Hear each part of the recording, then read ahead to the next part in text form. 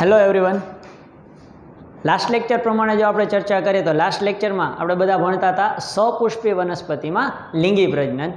સપુષ્પી વનસ્પતિમાં જો લિંગી પ્રજનનની આપણે ચર્ચા કરીએ તો લાસ્ટ લેક્ચરની અંદર આપણે પુષ્પના વિવિધ અંગ છે એનો અભ્યાસ કરતા હતા. શરૂઆત આપણે એ ટોપિકથી કરી હતી કે પુષ્પ છે એ શું છે. પુષ્પ છે એ વનસ્પતિનું લિંગી પ્રજનન અંગ છે અને પુષ્પની અંદર આપણે જનરલી 4 ચક્ર છે એની ચર્ચા કરતા હતા. 4 ચક્રની અંદર જો ચર્ચા કરીએ તો પુષ્પના ચક્રમાં સૌપ્રથમ 2 ચક્ર હતા જેને આપણે આવશ્યક ચક્ર કહેતા હતા અને 2 ચક્ર હતા જેને આપણે કહેતા હતા સહાયક ચક્ર. આવશ્યક ચક્રની અંદર જો ચર્ચા કરીએ તો આવશ્યક ચક્ર ક્યાં ક્યાં હતા તો કે પહેલું હતું પુંકેસર ચક્ર અને બીજા નંબરે હતું સ્ત્રીકેસર ચક્ર. ત્યાર પછી આપણે ચર્ચા કરી હતી સહાયક પ્રજનન અંગ અથવા તો સહાયક ચક્રમાં પહેલું હતું દલ ચક્ર અને બીજા નંબરે હતું વજ્ર ચક્ર. બધાના કામની ચર્ચા કરી લઈએ તો પુંકેસર ચક્ર છે એ વનસ્પતિનું નર પ્રજનન અંગ છે, જ્યારે સ્ત્રીકેસર ચક્ર છે એ વનસ્પતિનું માદા પ્રજનન અંગ છે. સહાયક ચક્ર છે એનું કામ છે વનસ્પતિને મદદ કરવાનું છે. ફોર એક્ઝામ્પલ તરીકે દલ ચક્ર છે એનું કામ શું છે તો કે કીટકો અને પુષ્પના પરાગ નયનમાં મદદ કરતા કારકો છે એને એટ્રેક્ટ કરવાનું કામ કરે, તો કે આ પરાગ કારકો છે એને આકર્ષે છે. સાથે સાથે પ્રજનન અંગ છે જેમ કે પુંકેસર અને સ્ત્રીકેસર એને પ્રોટેક્શન તો આપશે જ. વજ્રપત્ર છે એ પુષ્પ જ્યારે કળી અવસ્થામાં હોય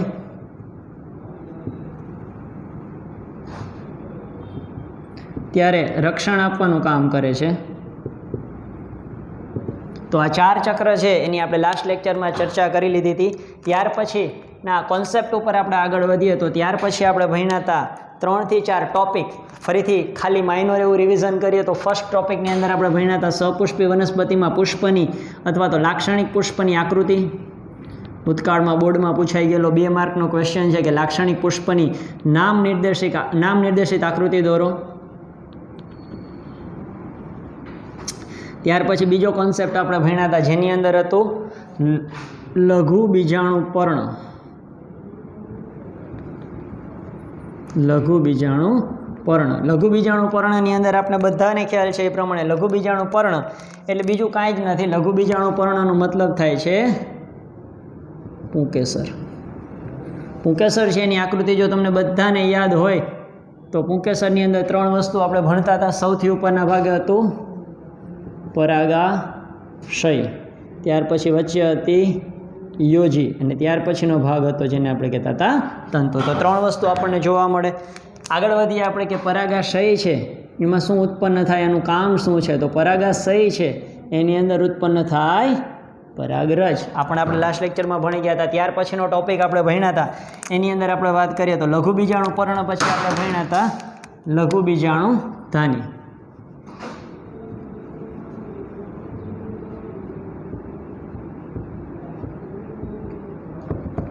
લઘુ બીજાણુ ધાનીની જો આપણે વાત કરીએ તો લઘુ બીજાણુ ધાનીનો મતલબ થાય છે પરાગાશય. એને કહીએ આપણે પરાગાશય. પરાગાશયની અંદર જો આપણે ચર્ચા કરીએ કે એની અંદર કેટલા સ્તર જોવા મળે છે, આપણે એનો આડો છેદ ભણ્યા હતા. આડો છેદ જનરલી આપણને 3 માર્કમાં નામ નિર્દેશિત આકૃતિમાં પૂછાય છે. એમાં સૌ પ્રથમ પહેલું સ્તર હતું અધિસ્તર.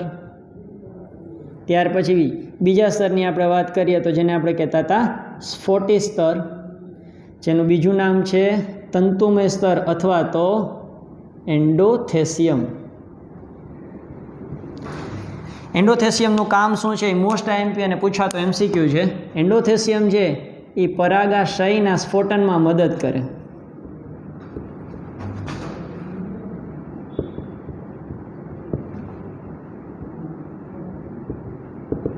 એન્ડોથેસિયમનું કામ છે પરાગાશયના સ્ફોટનમાં મદદ કરવાનું. ત્યાર પછી ત્રીજું સ્તર આપણે વાત કરીએ તો ત્રીજું સ્તર હતું મધ્ય સ્તર.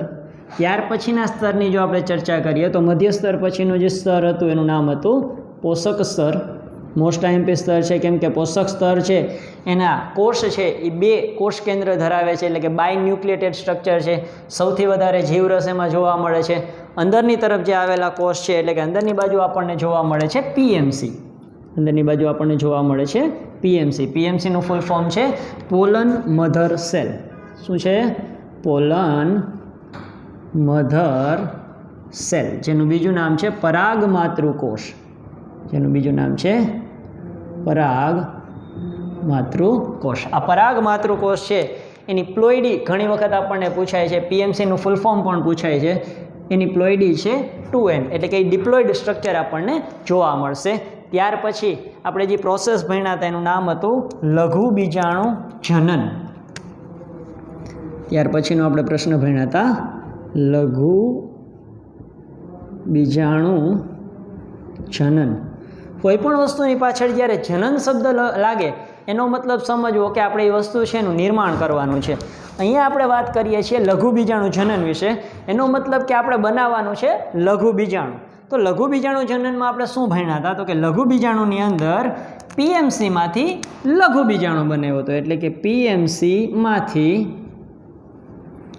આપણે વાત કરીએ તો માઇક્રોસ્પોર એટલે કે પરાગરજનું નિર્માણ થાય. એમાંથી પરાગરજ બને. કઈ પ્રક્રિયા દ્વારા? તો બે વચ્ચે થાય અર્ધીકરણ. પીએમસીમાં થાય અર્ધીકરણ, પીએમસીમાં થાય અર્ધીકરણ.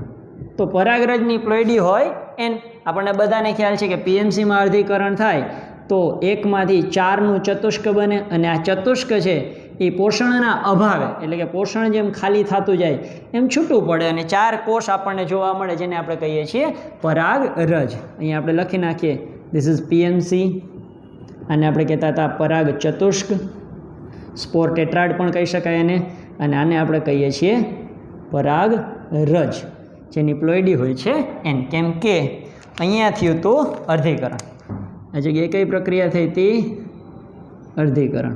અર્ધીકરણ થાય એટલે હંમેશા જીનેટિક નંબર છે એટલે કે 2n હોય તો એ એનમાં કન્વર્ટ થઈ જાય. એટલે કે નંબર ઓફ ક્રોમોઝોમ, રંગસૂત્ર છે એની સંખ્યા છે એ અડધી થાય. અહીંયા સુધી આપણે ભણ્યા હતા. ને ત્યાર પછીનો ક્વેશ્ચન આપણે સ્ટડી કર્યો તો એનું નામ હતું નરજન્યુ જનન.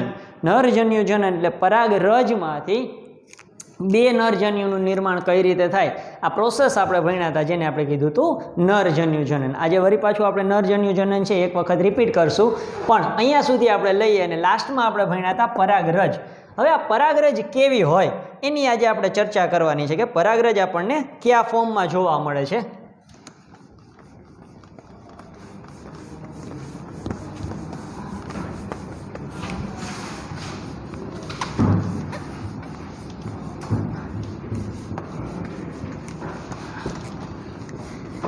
અહીંયા મેઇન આઈએમપી ક્વેશ્ચન જો આપણે વાત કરીએ તો પરાગાશય છે એના સ્ફોટનમાં કોણ મદદ કરે? તો પરાગાશયના સ્ફોટનમાં મદદ કરે છે તંતુમય સ્તર. પણ આપણને જનરલી તંતુમય સ્તર ક્વેશ્ચનમાં નથી પૂછતા, આપણને પૂછે છે એનું નામ છે. અને તંતુમય સ્તર છે એને આપણે કહીએ છીએ એન્ડોથેસિયમ. એટલે આ શબ્દ છે એ ખાસ બધા યાદ રાખવાનો છે. જનરલી ઇંગ્લિશ નામ છે પણ ધીમે ધીમે આપણને આ નામ પણ ટેવાઈ જશે. એન્ડોથેસિયમ છે એ પરાગાશયના સ્ફોટનમાં મદદ કરે છે. લઈએ આગળ. આપણે લાસ્ટ જે પ્રક્રિયા ભણ્યા હતા એનું નામ હતું લઘુ બીજાણુ જનન. અને લઘુ બીજાણુ જનનની પ્રક્રિયા થયા પછી તમારી પાસે ફાઇનલ પ્રોડક્ટ શું મળી હતી? તો કે ફાઇનલ પ્રોડક્ટ હતી આપણી પાસે લઘુ બીજાણુ. આપણી પાસે ફાઇનલ પ્રોડક્ટ કઈ હતી?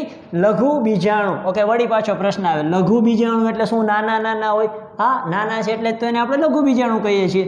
એનું બીજું નામ શું છે? તો કે એનું બીજું નામ છે પરાગરજ. એનું બીજું નામ છે પરાગરજ.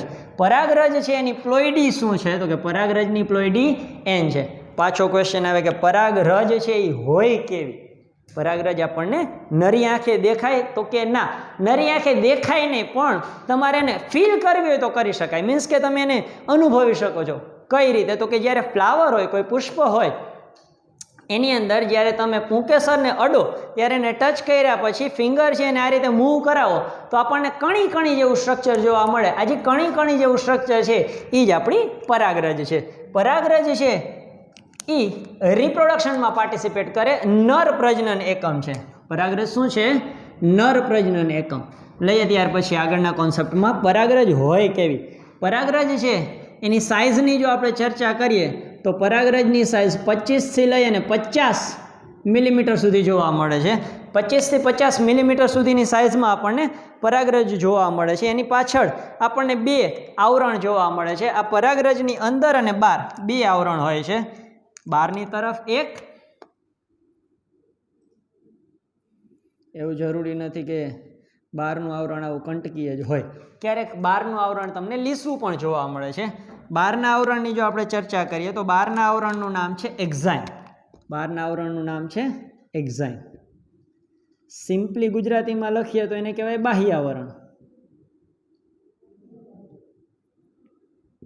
આ છે બાહ્ય આવરણ. અંદરની આ બાજુ જે આવરણ જોવા મળે છે જેને આપણે કહીએ છીએ ઇન્ટાઇન, જેને આપણે અંતઃ આવરણ કહીએ છીએ. તો પરાગરજ છે એ બે આવરણ ધરાવે છે, બાહ્ય આવરણ અને અંતઃ આવરણ. બાહ્ય આવરણ અને અંતઃ આવરણ શેના બનેલા હોય એની જો ચર્ચા કરીએ આપણે તો અંતઃ આવરણ છે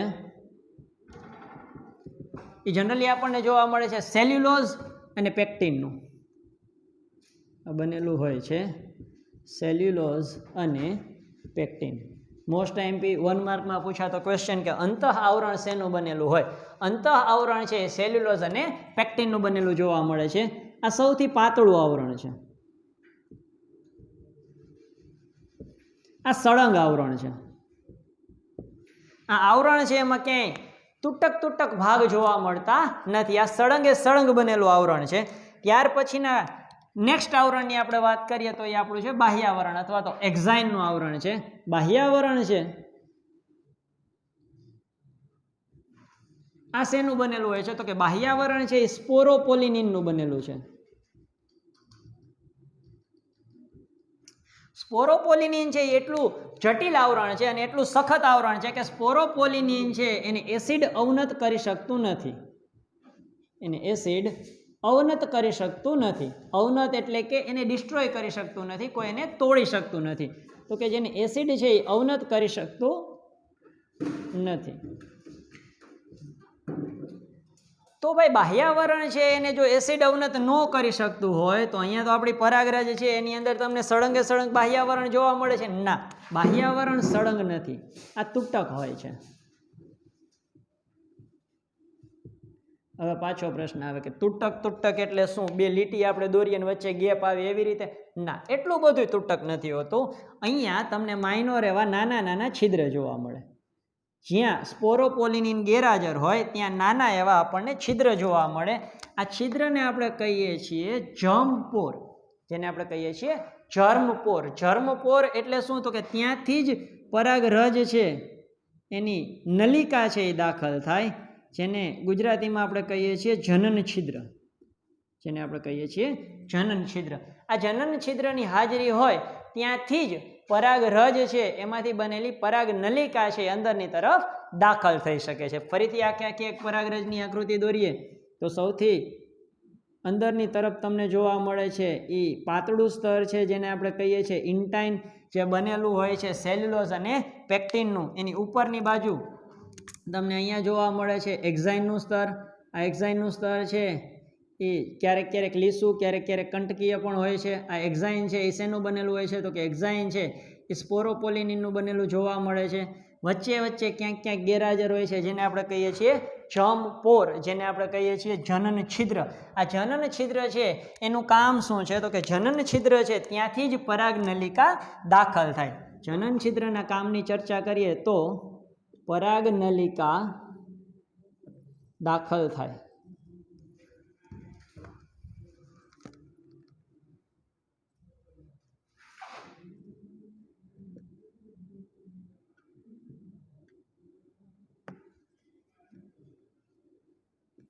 પરાગ નલિકાને દાખલ થવામાં મદદ કરે.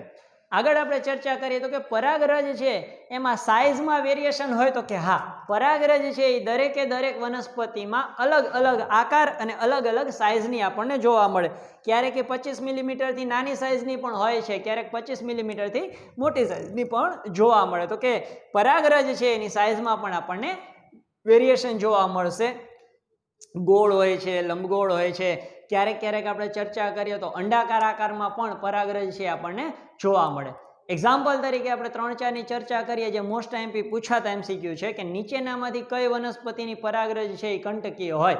એમાં 3-4 એક્ઝામ્પલ આપ્યા. ફોર એક્ઝામ્પલ તરીકે આપી દઈએ છે આપણને, ચર્ચા જ કરી લઈએ સાથે. પહેલા એક્ઝામ્પલની અંદર આપણને આપી દીધી છે કપાસ.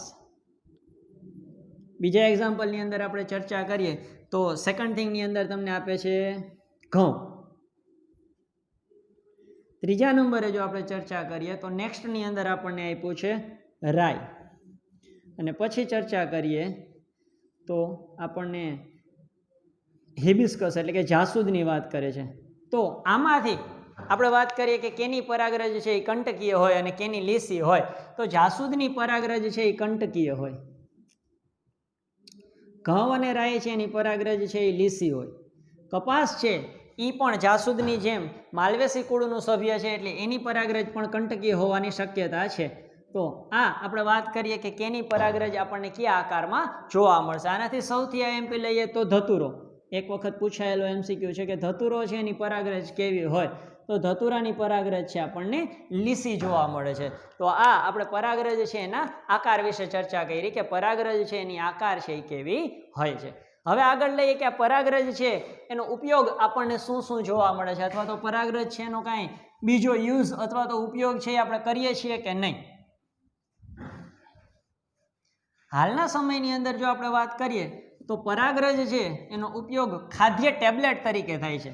પરાગરજ છે એનો ખોરાક તરીકે પણ ઉપયોગ કરવામાં આવે છે. એટલે કે પરાગરજ છે એ ખાદ્ય પણ છે. પરાગરજ છે એનું એવું માનવામાં આવે છે કે પરાગની ટેબ્લેટ પોલન ગ્રેઇન હોય પરાગરજ હોય એની ટેબ્લેટ મળે છે માર્કેટની અંદર જેને આપણે કહીએ છીએ પરાગ ટેબ્લેટ અથવા તો બી પોલન. બી પોલન એ બીજું કાંઈ જ નથી પણ પરાગરજની ટેબ્લેટ છે.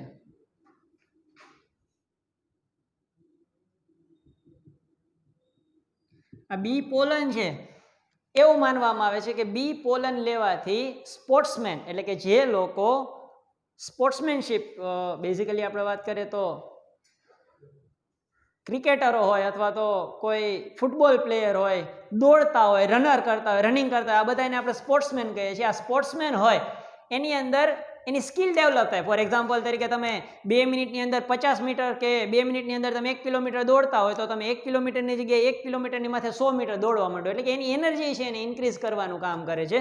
તો બી પોલન છે એની ગોળી છે એનામાં એનર્જી ડેવલપ કરવાનું કામ કરે એવું માનવામાં આવે છે. ઘોડાને પણ આ બી પોલન છે અથવા તો પરાગરજ છે એની ગોળી આપવામાં આવે તો ઘોડો છે એ રેસની અંદર સ્પીડમાં દોડે એવું એક માન્યતા છે. સાચી છે કેટલી છે ખોટી છે સાચી એ હજી સાબિત નથી થયું પણ એવું માનવામાં આવે છે કે બી પોલન છે એના માટે યુઝ થાય છે. પરાગરજ છે એના માટે યુઝ કરી શકાય છે. આપણે જ્યારે વર્ષો પહેલાં બહારથી ઘઉં આયાત કરતા હતા. હવે તો ભારત છે હરિયાળી ક્રાંતિ આવી પંજાબની અંદર બહુ વધારે ઘઉં ઉત્પન્ન થવા માંડ્યા. સોના અને સોનાલિકાની વેરાયટી પણ આપણે બનાવી લીધી એટલે આપણે ઘઉં માટે સ્વનિર્ભર બની ગયા. પણ આજથી વર્ષો પહેલાં આપણે ઘઉં માટે સ્વનિર્ભર નહોતા. આપણે બહારથી ઘઉં આયાત કરતા હતા ફોરેનમાંથી ઘઉં આયાત કરતા હતા. ત્યારે ઘઉંની સાથે સાથે આપણે એક વનસ્પતિ લાવ્યા હતા જેનું નામ છે પાર્થેનિયમ. પાર્થેનિયમ છે પાર્થેનિયમ હિસ્ટેરોકાર્પમ. આ પાર્થેનિયમ વનસ્પતિ છે જેનું કોમન નામ છે ગાજર ઘાસ. જેનું કોમન નામ છે ગાજર ઘાસ. ઘણા લોકો આને કોંગ્રેસિયું ઘાસ પણ કહે છે કેમ કે ત્યારે કોંગ્રેસનું શાસન હતું અને એ જ સમયે આ ઘાસ છે ભારતની અંદર પ્રવેશ્યું એટલે એનું નામ છે કોંગ્રેસિયું ઘાસ પાર્થેનિયમ ગાજર ઘાસ કોઈ પણ નામ લ્યો. બુકની અંદર એનું ઇંગ્લિશ નામ આપ્યું છે કેરટ ગ્રાસ. આ વનસ્પતિ છે એ ભારતની અંદર અનાયાસે દાખલ થાય. આપણે તો મગાવ્યા હતા ઘઉં પણ એની સાથે સાથે આવી ગયું પાર્થેનિયમ. હાલમાં ભારતની અંદર નહીં પણ ઓલ ઓવર વર્લ્ડની અંદર વીડ એટલે કે અનવોન્ટેડ પ્લાન્ટ જેની આપણે જરૂર નથી એવા અણગમતા પ્લાન્ટ તરીકે પાર્થેનિયમ છે એ ખૂબ જ વધારે ઉગી આવે છે. અને અત્યારે સૌથી મોટી પ્રોબ્લેમ કેવી હોય તો કહી શકાય આ પાર્થેનિયમની પરાગરજ છે ને એ એલર્જી ઉત્પન્ન કરે છે.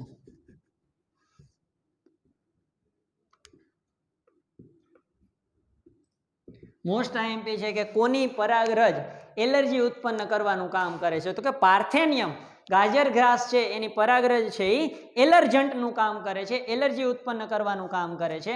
જનરલી આપણે વાત કરીએ તો પરાગરજ છે એની અંદર આપણે કંઈક અવસ્થા ભણવાની છે નરજન્યુ જનન અવસ્થા. હવેની આપણે ચર્ચા કરીએ તો છે નરજન્યુ જનક અવસ્થા. નરજન્યુજનક અવસ્થાની જો આપણે ચર્ચા કરીએ લાસ્ટ લેક્ચરની અંદર આપણે થોડું એવું નરજન્યુજનક અવસ્થાની ચર્ચા પણ કરી લીધી હતી. જેની અંદર શરૂઆત થાય છે પરાગરજથી. શરૂઆત થાય પરાગરજથી. પરાગરજ છે એ કોષ વિભાજન કરી અને નરજન્યુ બનાવે. આને આપણે કહીએ છીએ નરજન્યુજનક અવસ્થા. નરજન્યુજનક અવસ્થામાં પરાગરજ છે એ હવે કરશે સમવિભાજન.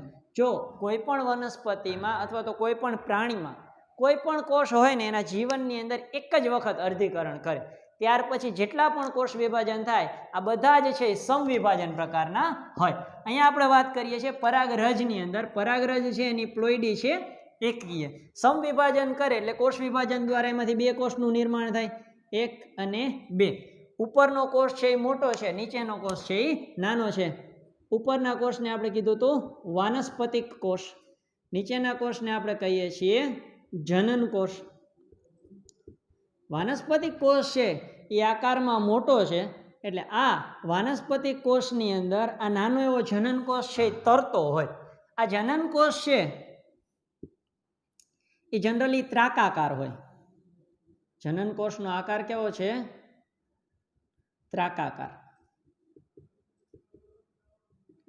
અને વાનસ્પતિક કોષની અંદર તરતો જોવા મળે છે. એટલે કે વાનસ્પતિક કોષનો જે જીવરસ હોય, એનો જે કોષ રસ હોય છે એની અંદર તમને જનન કોષ તરતો જોવા મળે છે. મોટો કોષ છે એનું નામ છે વાનસ્પતિક કોષ.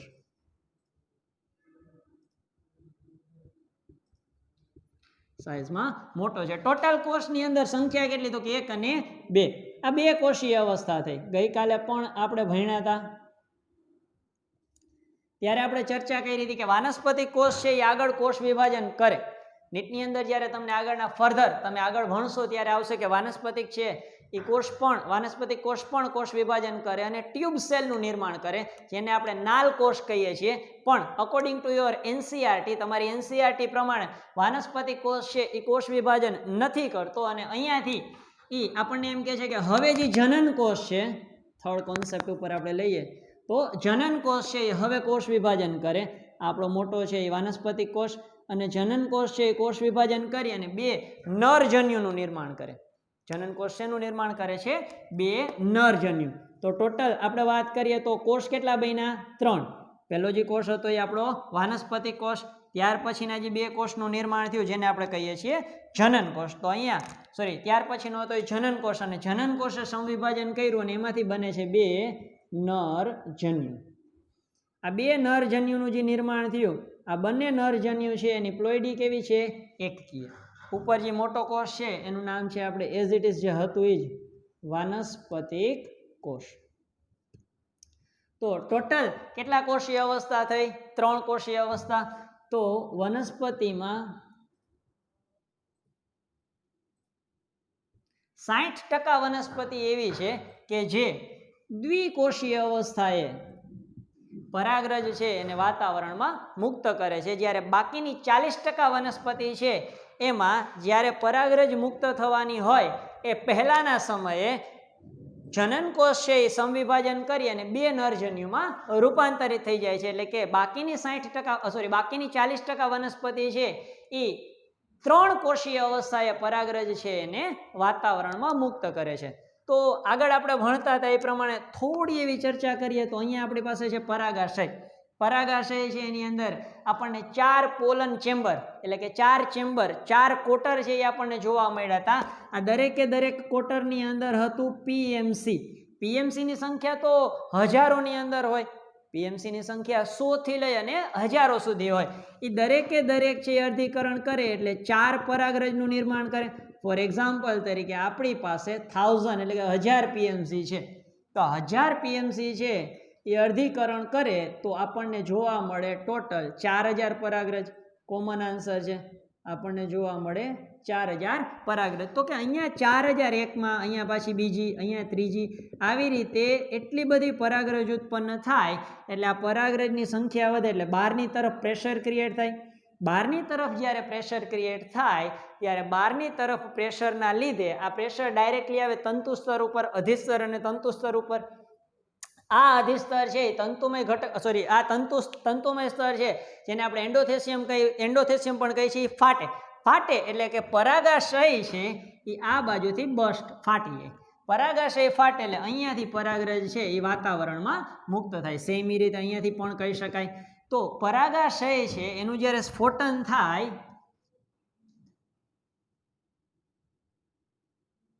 ત્યારે ઉપરના ભાગે અહીંયા તમને એક ખાંચ જોવા મળે, જેને ઇંગ્લિશમાં કહેવાય સ્લીટ, જેને આપણે કહીએ છીએ ખાંચ. આ સ્લીટ દ્વારા પરાગરજ છે એ વાતાવરણમાં મુક્ત થાય, એટલે કે પરાગાશય છે, આ પરાગાશયની ઉપરની બાજુ હવે આ પરાગરજ આવે. હવેના કોન્સેપ્ટ ઉપર આપણે લઈએ તો આ પરાગરજ જે પરાગાશયની ઉપર આવી એ વાતાવરણમાં મુક્ત થાય, જે પ્રક્રિયા છે એને આપણે કહીએ છીએ પરાગનયન. એ પ્રક્રિયાને કહેવાય પરાગનયન. પરાગનયન છે એ આપણે આગળ ભણશું, પણ એ પહેલાના કોન્સેપ્ટ ઉપર આગળ વધીએ આપણે તો અહીંયા તમારે મેલ રિપ્રોડક્ટિવ ઓર્ગન એટલે કે નર પ્રજનન અંગ વિશે વાત કમ્પ્લીટ થઈ ગઈ. ફરીથી એક વખત જો રિવિઝન કરી લઈએ તો નર પ્રજનન એકમની અંદર આપણે ભણ્યા હતા લઘુ બીજાણુ પર્ણ, જેને આપણે પુંકેસર કહેતા હતા. ત્યાર પછી હતી લઘુ બીજાણુ ધાની, જેને આપણે કીધી હતી પુંકેસરની અંદર આપણે વાત કરી હતી પરાગાશય. પરાગાશયની અંદર આપણે બે ઘટના ભણ્યા હતા. પહેલી હતી લઘુ બીજાણુ જનન, જેમાં પીએમસીમાંથી પરાગરજનું નિર્માણ થાય. ત્યાર પછી આપણે ભણ્યા નરજન્યુ જનન, જેમાં પરાગરજમાંથી આપણને બે નરજન્યુનું નિર્માણ થતું જોવા મળે. આજે આપણે સ્ટ્રક્ચર ઓફ પોલન એટલે કે પરાગરજ છે એના સ્ટ્રક્ચર વિશે વાત કરી. પરાગરજ છે એની અંદર બે આવરણ જોવા મળે છે, એક હતું બાહ્યાવરણ, એક હતું અંતઃ આવરણ. બાહ્યાવરણ છે એ પરાગરજનું બાહ્યાવરણ છે એ સેલ્યુલોઝ અને પેક્ટિનનું બનેલું હોય. પરાગરજ છે એનું બાહ્યાવરણ છે એ સ્પોરોપોલિનિનનું બનેલું હોય કે જેને એસિડ પણ અવનત નથી કરી શકતું. જ્યારે પરાગરજ છે એનું અંતઃ આવરણ છે એ સેલ્યુલોઝ અને પેક્ટિનનું બનેલું જોવા મળે છે. પરાગરજમાં કોઈ જગ્યાએ આ સ્પોરોપોલિનિન ગેરહાજર હોય, જેને આપણે જનન છિદ્ર કહેતા હતા, જેને આપણે જર્મ પોર તરીકે પણ ઓળખતા હતા, જ્યાંથી પરાગ નલિકા છે એનું નિર્માણ થાય છે. પરાગ નલિકા છે અહીંયાથી બહારની તરફ આવે છે. આગળ આપણે વાત કરી કે પરાગરજ છે એનો યુઝ શું, તો કે પરાગરજ છે એની ગોળી બનાવવામાં આવે છે, જે બી પોલન તરીકે માર્કેટની અંદર અવેલેબલ છે. અને બી પોલન છે એ સ્ફૂર્તિ વધારવાનું કામ કરે છે, એટલે કે સ્પોર્ટ્સમેન કોઈ પણ હોય એ સ્પોર્ટ્સમેન છે એ બી પોલનનો ઉપયોગ કરી અને પોતાની ક્ષમતા છે એમાં વધારો કરે, એવી એક માન્યતા છે. આગળ આપણે ચર્ચા કરી કે ઘઉંની સાથે સાથે આપણે પરાગરજ છે એને લઈ આવ્યા હતા, અથવા તો ઘઉંની સાથે સાથે આપણે એક અનવોન્ટેડ પ્લાન્ટ લઈ આવ્યા હતા. આ અનવોન્ટેડ પ્લાન્ટનું નામ હતું પાર્થેનિયમ હિસ્ટેરોકાર્પમ, અથવા તો પાર્થેનિયમ તમે યાદ રાખો તો પણ ચાલે. આ પાર્થેનિયમનું કોમન નામ છે ગાજર ઘાસ. પાર્થેનિયમનું કોમન નામ છે ગાજર ઘાસ. અને આ ગાજર ઘાસ છે જેને આપણે કેરેટ ગ્રાસ તરીકે પણ ઓળખીએ છીએ, જેની પરાગરજ છે એ એલર્જન્ટનું કામ કરે છે. એલર્જન્ટ એટલે જેના દ્વારા આપણને એલર્જી થાય. તો આ એલર્જી ઉત્પન્ન કરતી પરાગરજ છે એ પાર્થેનિયમની છે. ઘણી વખત તમે કોઈ અમુક એરિયામાં જાઓ અને અહીંયાની વનસ્પતિને સૂંઘો એટલે તરત જ તમને છીંકવું આવવા માંડે, દેટ ઇઝ કોલ્ડ એલર્જી. એને આપણે એલર્જી તરીકે ઓળખીએ છીએ. તો કે પાર્થેનિયમની પરાગરજ છે એ એલર્જી ઉત્પન્ન કરવાનું કામ કરે છે. પરાગની સાઇઝ આપણે ચર્ચા કરી તો પરાગની સાઇઝ છે એ 25 થી લઈ અને 50 મિલીમીટર સુધીની આપણને જોવા મળશે. ત્યાર પછી આપણે આગળ ચર્ચા કરી કે પરાગાશય છે એનું સ્ફોટન છે એન્ડોથેશિયમ દ્વારા થતું આપણને જોવા મળે. આટલા ટોપિક પછી આપણે વાત કરીએ હજી તો કે પરાગની જીવિતતા. હજીનો કોન્સેપ્ટ છે એમાં આપણે લઈએ છીએ પરાગની જીવિતતા. કે ભાઈ પરાગરજ છે એ પરાગાશયમાંથી સ્ફોટન થઈને બારે તો આવી ગઈ, તો એ કેટલો ટાઈમ સુધી જીવિત રહે? ધારો કે પુષ્પ છે એમાં સ્ત્રી કેસર છે હજી પરિપક્વ ન બન્યું, ત્યાં સુધી આ પરાગરજ છે એ ન પહોંચે, તો પરાગરજની જીવિતતા કેટલો સમય હોય?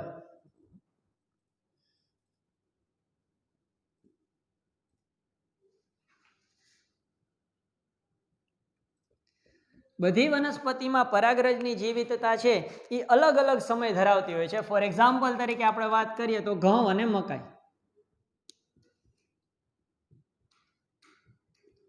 આ બંને છે એ પોએસી કુળના મેમ્બર છે, અથવા તો એનું જૂનું નામ છે ગ્રામીની કુળ. ઘઉં અને મકાઈ આની પોલન ગ્રેઇન છે એ 30 મિનિટ સુધી જીવે છે. આની પોલન ગ્રેઇન છે એ 30 મિનિટ સુધી સર્વાઈવ કરે છે.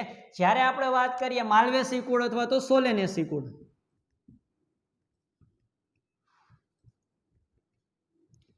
તો સોલેનેસી અને માલવેસી કુળ છે એની પરાગરજ મહિનાઓ સુધી જીવિત રહી શકે છે. તો દરેકે દરેક વનસ્પતિની પરાગરજ છે એ કેટલો સમય સર્વાઈવ કરે છે એ પણ મહત્વનું છે. હવે આગળ પાછો પ્રશ્ન ઊભો થાય કે ઘઉં અને મકાઈ, જ્યારે અહીંયા સોલેનેસી અને માલવેસીની વાત કરી દીધી, પણ એના મેમ્બર કોણ? ખાસ એના મેમ્બર છે યાદ રાખવા જરૂરી છે, કેમ કે આપણને ઘણી વખત MCQની અંદર અથવા નીટની અંદર પણ એવું પૂછી લે છે કે એના મેમ્બર ક્યાં ક્યાં હોય છે. તો નામ આપી દે આપણને કે ભાઈ આમાં થી કોની પરાગરજ મહિનાઓ સુધી સર્વાઈવ કરે છે?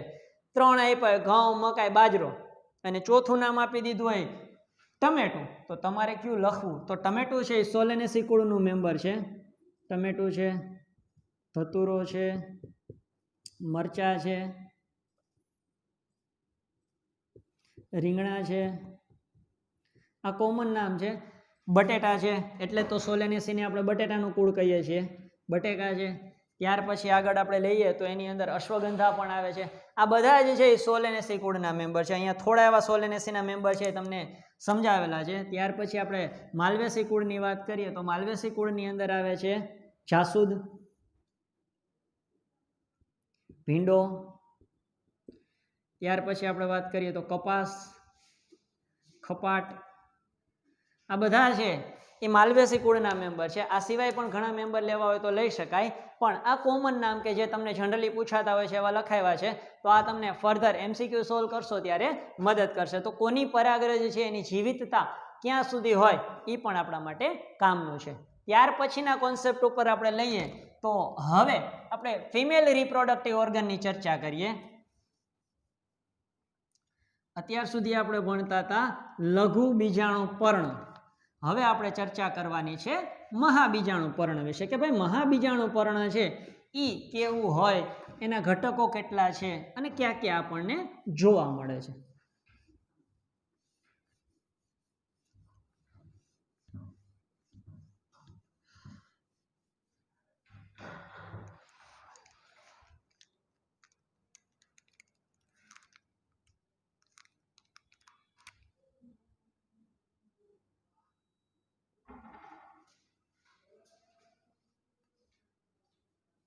મહાબીજાણુ પર્ણ. મહાબીજાણુ પર્ણની આપણે વાત કરીએ તો મહાબીજાણુ પર્ણ છે એ બહારની બાજુથી આપણને કેવું જોવા મળે. એટલે પહેલા એની બાહ્યાકાર રચનાની આપણે ચર્ચા કરીએ. જેવી રીતે આપણે લઘુ બીજાણુ પર્ણ ભણ્યા હતા. મહાબીજાણુ પર્ણ એટલે થાય સ્ત્રીકેસર ચક્ર. મહાબીજાણુ પર્ણ એટલે સ્ત્રીકેસર. સ્ત્રીકેસરની અંદર તમને ક્યાં ક્યાં અંગ જોવા મળે છે? જનરલી આપણને બધાને ખ્યાલ છે એ પ્રમાણે સ્ત્રીકેસરમાં સૌથી ઉપરની તરફ જે જોવા મળે છે એને આપણે કહીએ છીએ પરાગાસન. ત્યાર પછી છે પરાગ વાહિની, અને ત્યાર પછીના ભાગે આપણને જોવા મળે છે બીજાશય. બીજાશયની ચર્ચા કરીએ તો કે બીજાશયની અંદરની બાજુ આપણને શું જોવા મળે છે? તો કે બીજાશયની અંદરની બાજુ આ કે આખું ભરેલું હોય ને, એટલે બીજાશયની અંદરની બાજુ તમને અહીંયા જોવા મળે છે અંડક, જેને આપણે કહીએ છીએ બીજાંડ, અથવા એનું બીજું નામ છે અંડક. તો આ થઈ પરાગાશયની બાહ્યાકાર રચનાની આકૃતિ. હવે ભાઈ ઘણી વનસ્પતિની અંદર પરાગરજ છૂટી છૂટી હોય, ઘણી વનસ્પતિની અંદર સ્ત્રીકેસર છે એ છૂટી છૂટી જોવા મળે. ફોર એક્ઝામ્પલ તરીકે આપણે વાત કરીએ તો આંકડો તમે બધાએ જોયો છે. આંકડામાંથી જ્યારે આપણે માળા કરીએ ત્યારે ઉપર ઓલું સફેદ કલરનું ક્રાઉન હોય અને આમ ખુલ્લું કરો એટલે નીચેની બાજુ બે વસ્તુ આપણને જોવા મળે, જેને આપણે કહીએ રાજા અને રાણી. તો હકીકતે એ બે રાણી જ છે, એકેય રાજા નથી, એમાં બે રાણી છે. કેવી રીતે? તો કે બે સ્ત્રીકેસર છે. આંકડામાં તમને પુંકેસર છે, પરાગાશય છે, પરાગાશય છે એ ઉપરની બાજુ ક્રાઉન હોય લીલા કલરનું, એમાં જોવા મળે, જેની અંદર આપણે પોલિનિયા હાજર હોય. એની આપણે ચર્ચા નીટના લેક્ચરમાં ક્યારેક કરશું, પણ અહીંયા આપણે વાત કરીએ છીએ નીચેના ભાગે તમને બે જે રાજા રાણી આપણે ગણીએ છીએ એ બે રાણી જ જોવા મળે છે. અને તમે જોયું હોય તો આ રીતે તમને જોવા મળે, આ રીતે મસ્ત ગોઠવાયેલું હોય. હવે આખે આખું છે પુષ્પાસન ઉપર બે ગોઠવાયેલું, તો કે આ બે સ્ત્રીકેસર છે, બંને શું છે? સ્ત્રીકેસર. પણ બે કેવા છે? તો કે મુક્ત છે. તો આને કહેવાય મુક્ત સ્ત્રીકેસરી. આને આપણે કહીએ છીએ મુક્ત સ્ત્રીકેસરી.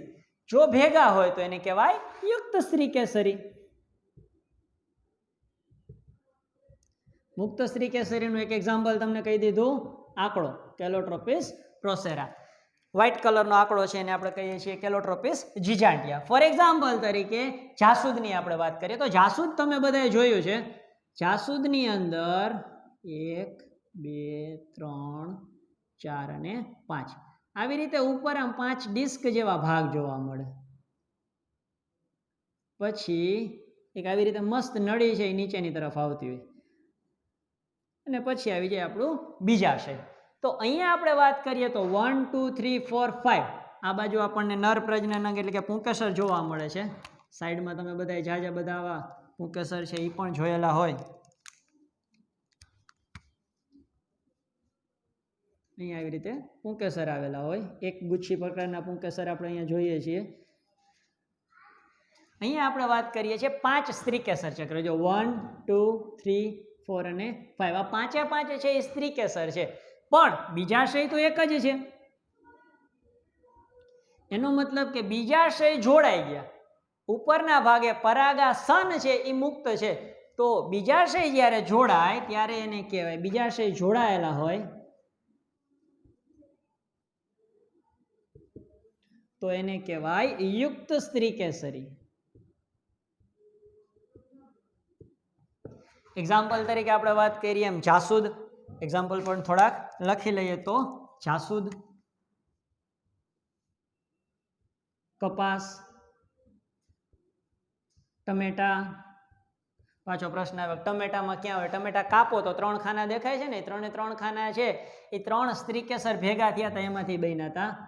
તો મરચાઈ હતા, તો રીંગણાઈ હતા. આવા ઘણા એક્ઝામ્પલ તમારે લખવા હોય તો લખી શકો. અહીંયા થોડા એવા એક્ઝામ્પલ તમને આપેલા છે કે જેમાં આપણને યુક્ત સ્ત્રીકેસરી રચના જોવા મળે. તો અહીંયા આપણે વાત કરી મહાબીજાણુ પર્ણ એટલે કે સ્ત્રીકેસર ચક્ર વિશે. સ્ત્રીકેસરની અંદર આપણને બાહ્યાકાર રીતે 3 વસ્તુ જોવા મળે છે. સૌથી ઉપર છે પરાગાસન.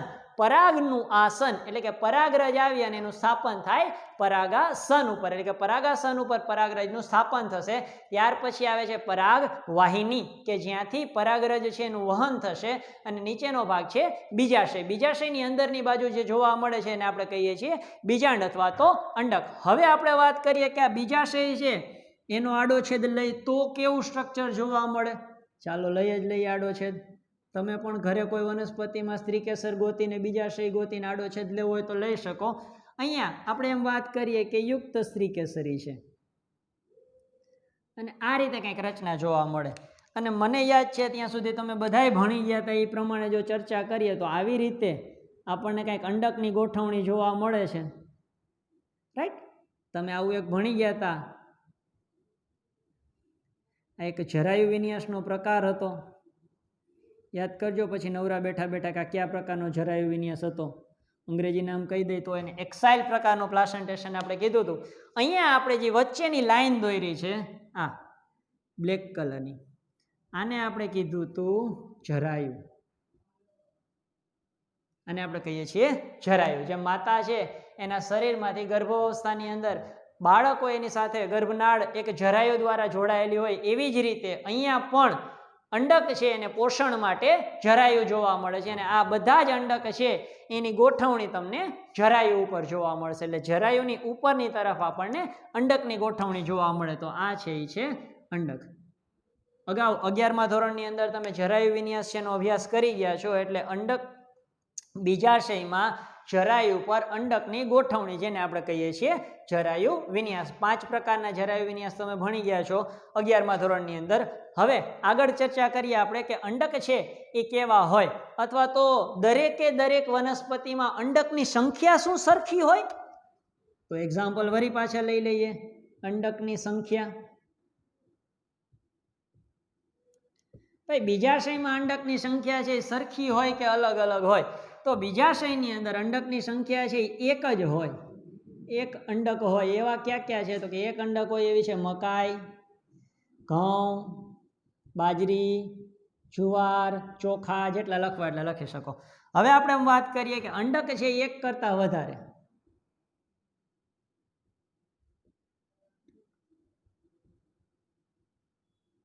તો એક કરતાં વધારે અંડકો એના એક્ઝામ્પલની અંદર લેવા જાવ તો ટમેટા, તરબૂચ, મરચા, રીંગણા. ઇન શોર્ટ કોઈ પણ ફ્રૂટમાં પપૈયા, અત્યારે સિઝન છે ને એટલે યાદ આવી ગયા પપૈયા. તો તો આ બધાની અંદર આપણને એક કરતાં વધારે અંડકની હાજરી જોવા મળે છે. લીંબુપણાની અંદર લઈ શકાય. તો જેમાં તમે ફ્રૂટને કાપો ને વધારે બી જોવા મળે એનો મતલબ કે એની અંદર અંડક હતા. અંડક છે એ ફલન પછી બીજમાં રૂપાંતરિત થાય. અંડક ફલન પછી બીજમાં કન્વર્ટ થાય. તો અહીંયા સુધી આપણે રાખીએ. આજે આપણે બાહ્યાકાર વિદ્યા છે એનો થોડો એવો કોન્સેપ્ટ ભણ્યા હતા કે મહાબીજાણુ પર્ણ છે એ બહારની તરફથી આપણને કેવું જોવા મળે, જેમાં બીજાશય છે એ જો ફ્રી હોય, મુક્ત હોય તો એને આપણે કહીએ છીએ મુક્ત સ્ત્રી કેસરી. જો જોડાયેલા હોય તો એને કહેવાય યુક્ત સ્ત્રી કેસરી. બીજાશયના 3 ઘટક ભણ્યા, પરાગાસન, પરાગવાહિની અને બીજાશય, જેમાં અંડકની ગોઠવણી આપણે ભણ્યા અને થોડા એવા એક્ઝામ્પલની ચર્ચા કરી હતી. નેક્સ્ટ લેક્ચરની અંદર આપણે અંડક છે એનો આકાર કેવો હોય એના વિશે ચર્ચા કરશું. આજનું લેક્ચર અહીંયા સુધી રાખીએ. Thank you.